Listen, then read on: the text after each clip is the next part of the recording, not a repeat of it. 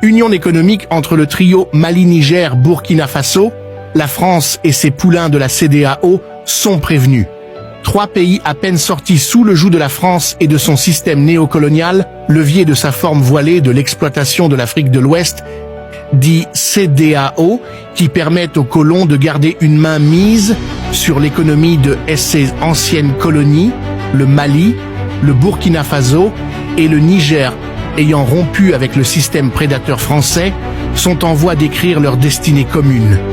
En effet, après avoir créé une union de défense commune, l'Alliance des États du Sahel place à partir du 25 novembre dernier à une union économique et monétaire dont le but sera de développer une politique économique commune, des infrastructures, l'énergie, les voies de communication.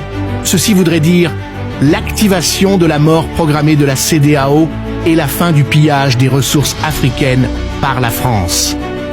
Puisqu'au regard du ras-le-bol murmuré par certains membres encore actifs, ce ne sera pas une surprise de voir des nouveaux membres fatigués de l'oppression française adhérer à cette union 100% africaine.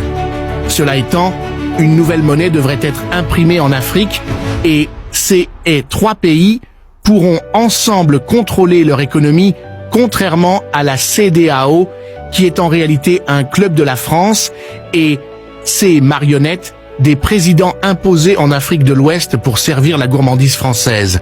Que vive l'Union des Africains au vrai sens du terme, le chemin est encore long, certes, mais nous espérons un jour aboutir aux États-Unis d'Afrique, idée préconisée par nos pères panafricanistes de première heure.